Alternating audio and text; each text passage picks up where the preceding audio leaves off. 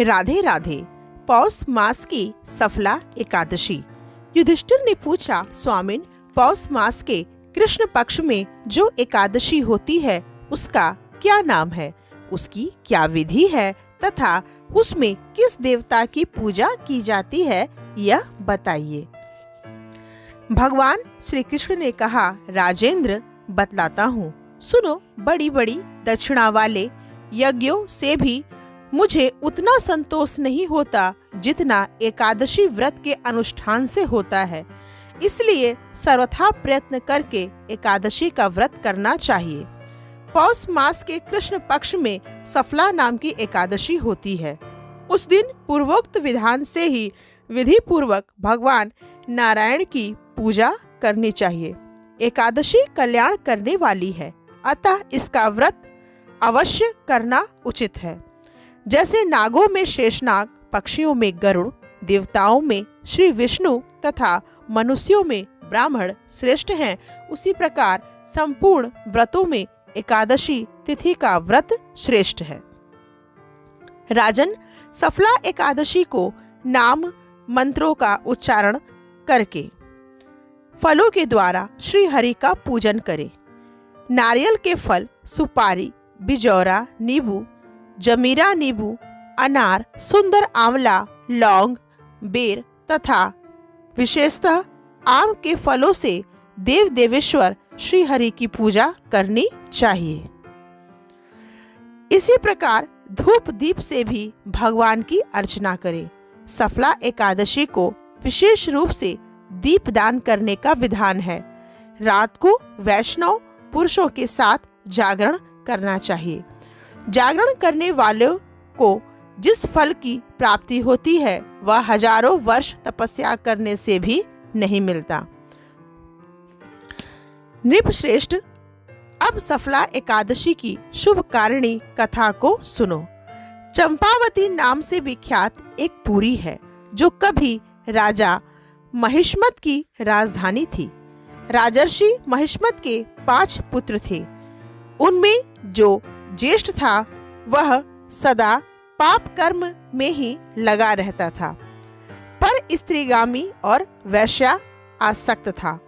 उसने पिता के धन को पाप कर्म में ही खर्च किया।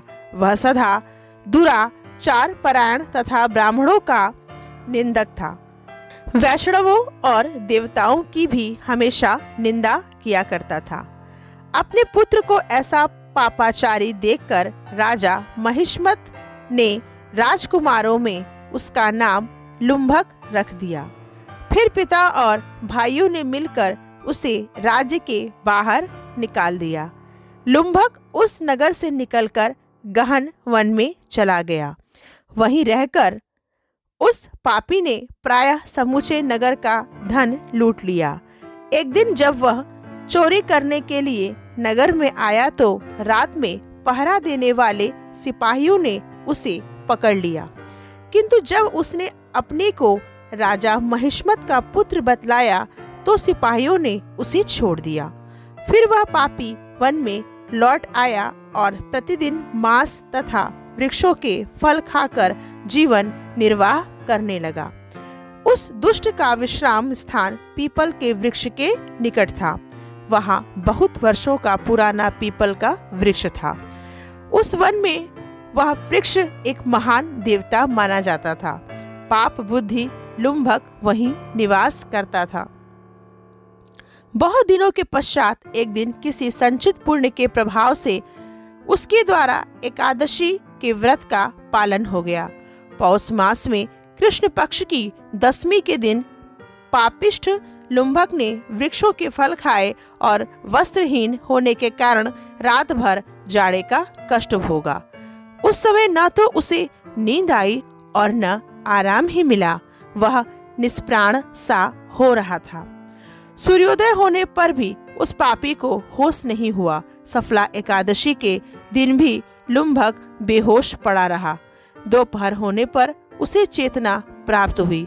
फिर इधर उधर दृष्टि डालकर वह आसन से उठा और लंगड़े की भांति पैरों से बार बार लड़खड़ाता हुआ वन के भीतर गया।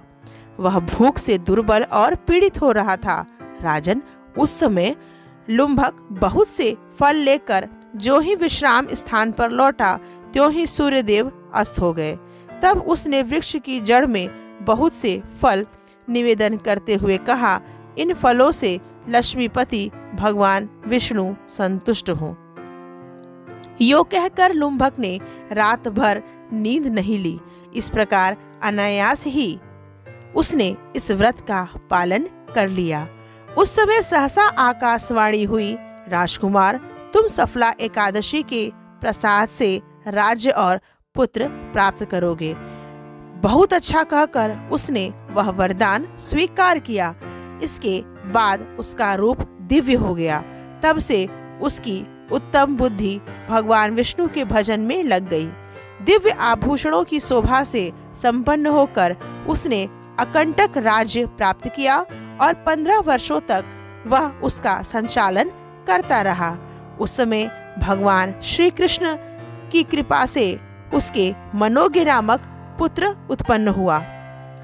जब वह बड़ा हुआ तब लुम्भक ने तुरंत ही राज्य की ममता छोड़कर उसे पुत्र को सौंप दिया और वह भगवान श्री कृष्ण के समीप चला गया, जहाँ जाकर मनुष्य कभी शोक में नहीं पड़ता। राजन, इस प्रकार जो सफला एकादशी का उत्तम व्रत करता है, वह इस लोक में सुख भोग कर मरने के पश्चात मोक्ष को प्राप्त होता है।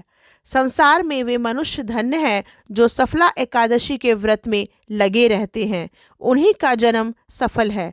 महाराज, इसकी महिमा को पढ़ने, सुनने तथा उसके अनुसार आचरण करने से मनुष्य राजसूय यज्ञ का फल प्राप्त करता है। राधे राधे।